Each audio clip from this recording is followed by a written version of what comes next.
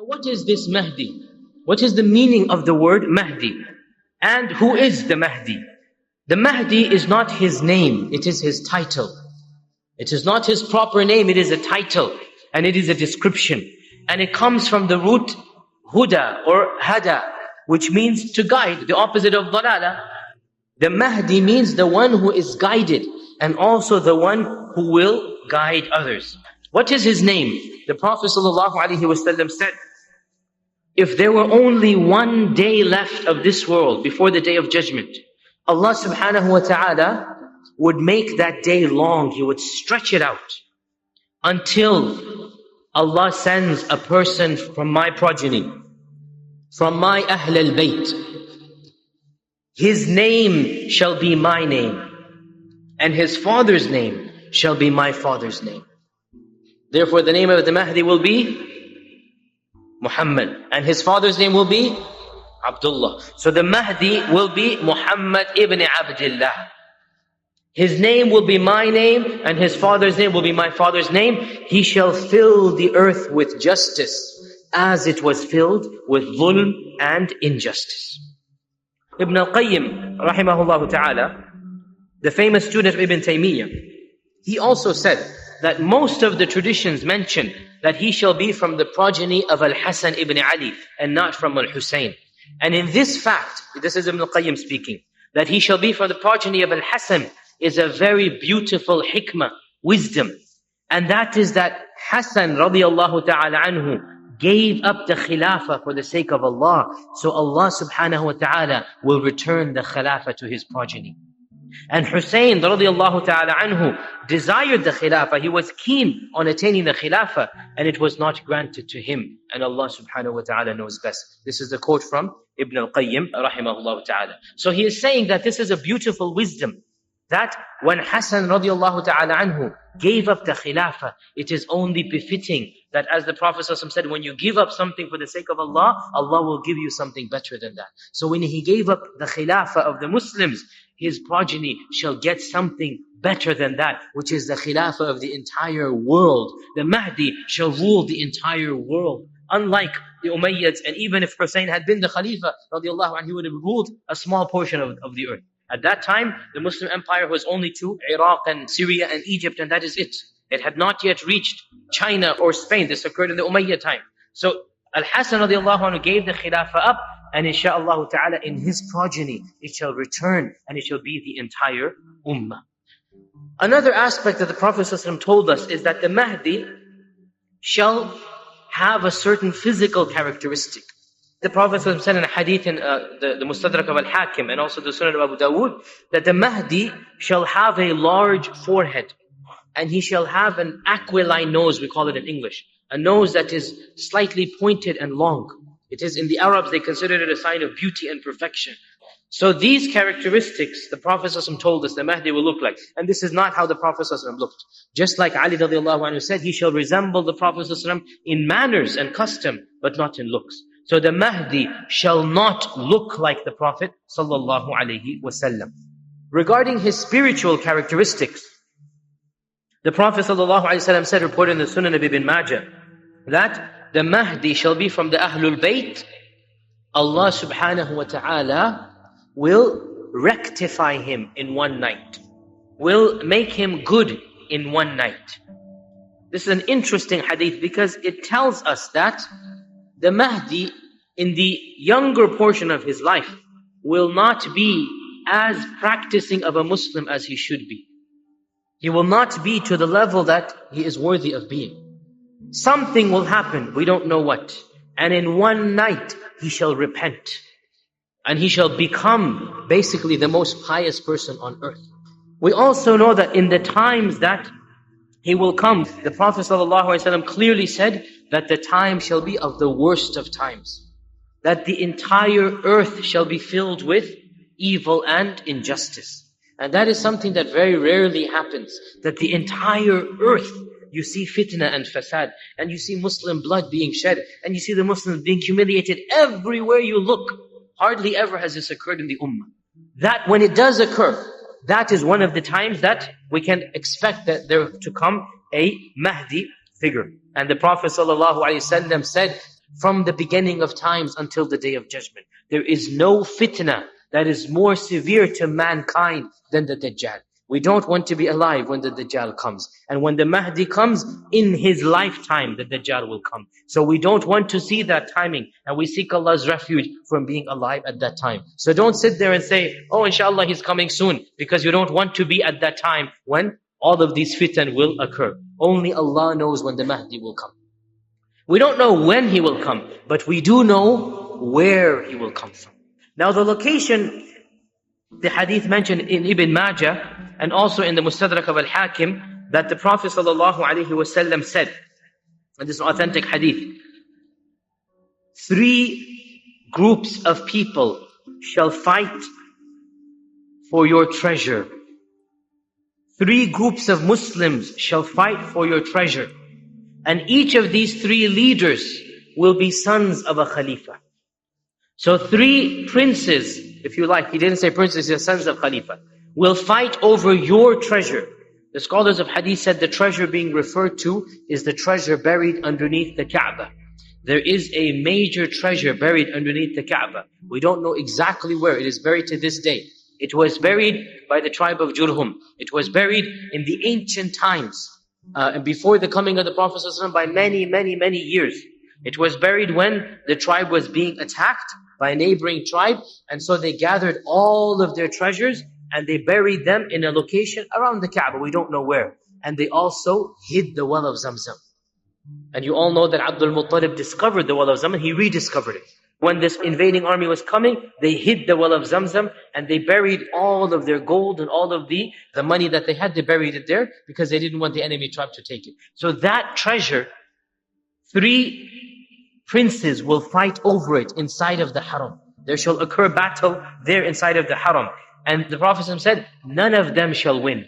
They're not going to find this and none of them will win over the other 2.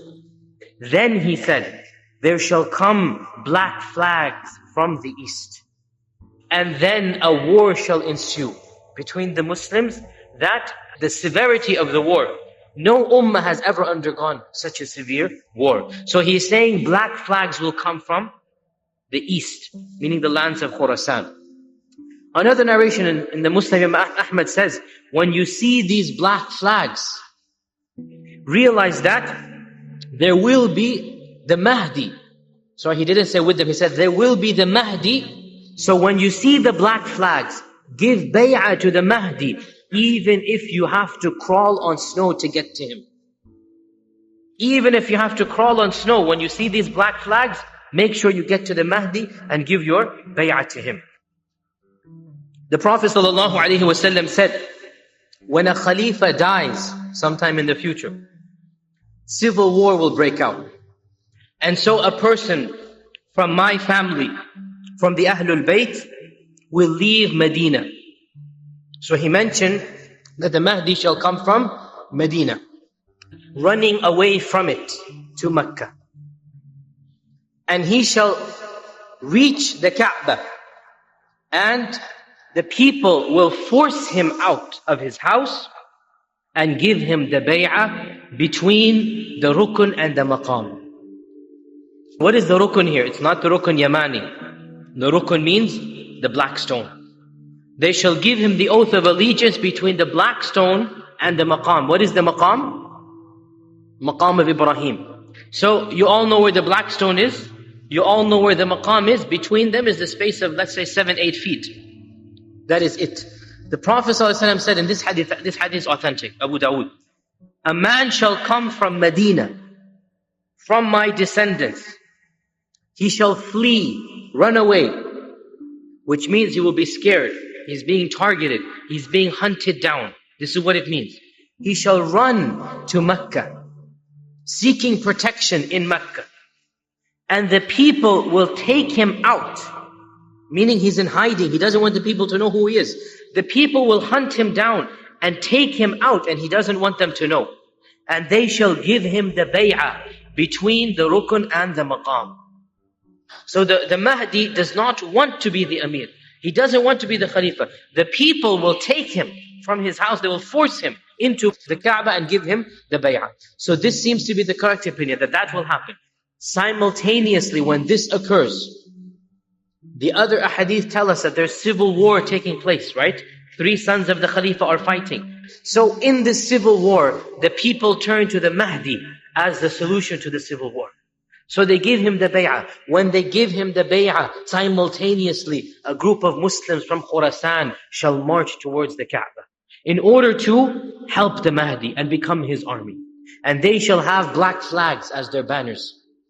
Therefore, the Prophet ﷺ said, when you see those black flags, that is the sign, this is the Mahdi. Scholars assumed, and this is an opinion, that the Mahdi will be amongst the black flags. It would make sense, right? But this hadith tells us, the Mahdi shall be from Medina. So the correct opinion appears to be, and this is the opinion I follow, the Mahdi will come from Medina to Mecca during this time of civil war. And there will be many people claiming to be the Khalifa. The people will see the Mahdi and recognize him to be the Mahdi. And they will want him to be the Khalifa. So they will force him to take the bay'ah. And when this occurs, the news will spread. An army will march forth and they will want to be the followers of the Mahdi. And when that army marches forth, that is the sign. The Prophet ﷺ says, when you see that army, know this is the Mahdi, give him the bay'ah, even if you have to crawl on snow to get there. And this hadith, the Prophet ﷺ said that, I saw in a dream something very strange. Hadith is in Bukhari and Muslim. A group of people of my ummah, meaning Muslims, a group of Muslims will intend to attack the Kaaba. Very strange. An army will intend to attack the Kaaba. Why? Because a man from my descendants, from the Quraysh, has sought refuge in it. He has turned to the Kaaba, he has sought refuge in it, and he was running away from this army. So an army will come to attack this person. And as they are camped outside of Mecca at a place called Bayda, to this day outside of Mecca there's a suburb called Bayda, the same name. When they are camped at Bayda, Allah subhanahu wa ta'ala will cause the earth to open up and swallow the entire army. This hadith is in Bukhari Muslim, there's no doubt about it. Muttafaq alayh. It does not mention the Mahdi by name, but it says a man from the Quraysh, a man from my progeny, meaning the Mahdi. Aisha asked, Ya Rasulullah, there are people in the army who are not intending to attack, meaning there are people who are just traveling along. The Prophet ﷺ said, all of them shall be destroyed, and on the day of judgment, Allah will see what their niyyah was. Beautiful hadith, because when this time happens, there will be many Muslims in the army who don't understand the realization of what is happening. They're sincere Muslims. All of this is in the will of Allah. That Aisha asked this question, and so it'll be recorded for us as well. There will be people who are forced to go. If they don't go, they're going to be killed or threatened. If any soldier doesn't do what he's told, he is court-martialed and thrown into jail, and in some countries tortured and whatnot. So Aisha made an exception for these people. That time will come when there will be a group of Muslims, but not all of them are evil. Another benefit that we have of the Mahdi is that he shall be the leader of the entire Muslim ummah. He is going to unite the ummah after they were divided. The Mahdi shall come at a time of civil war, right? There will be many people claiming to be the Khalifa. The Prophet ﷺ said, none of them shall be successful. Then the Mahdi will come and the entire ummah shall be gathered under him.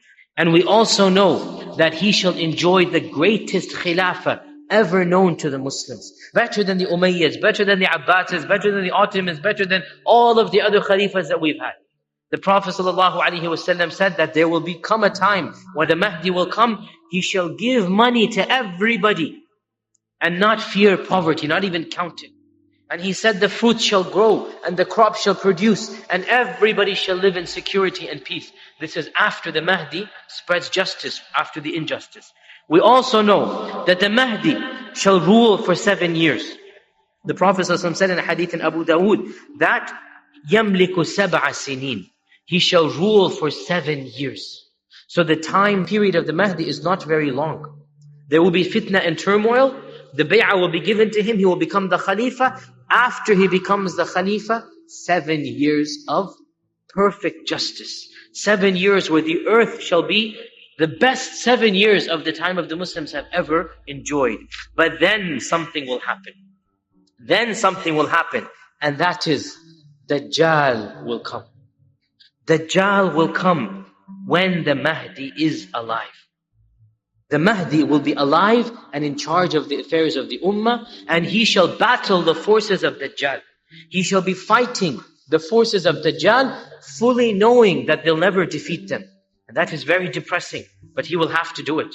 He knows he cannot kill the Dajjal. He knows it, because the Prophet ﷺ said, Isa ibn Maryam is the one who will kill Dajjal. But what else are you going to do? You have to defend yourselves. So the Prophet ﷺ said that the time will come when the Mahdi, he didn't say the word Mahdi, he said a leader amongst you, and in this case it is the Mahdi, will be leading you in Damascus, in Damascus.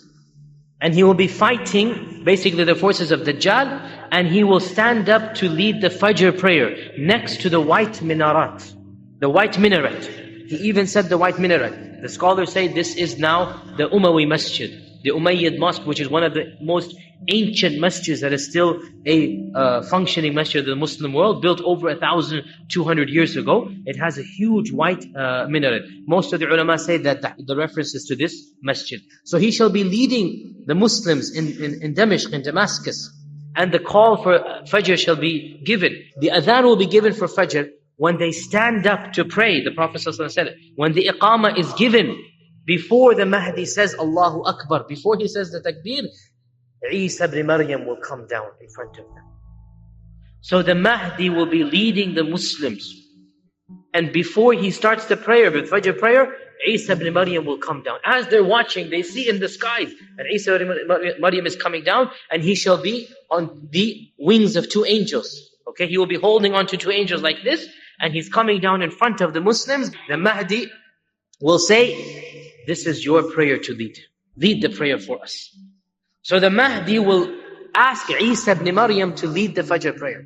The Prophet ﷺ said in Sahih Muslim, he said, Isa ibn Maryam will say, no. It was called for you, the iqamah was given for you, so you lead the prayer.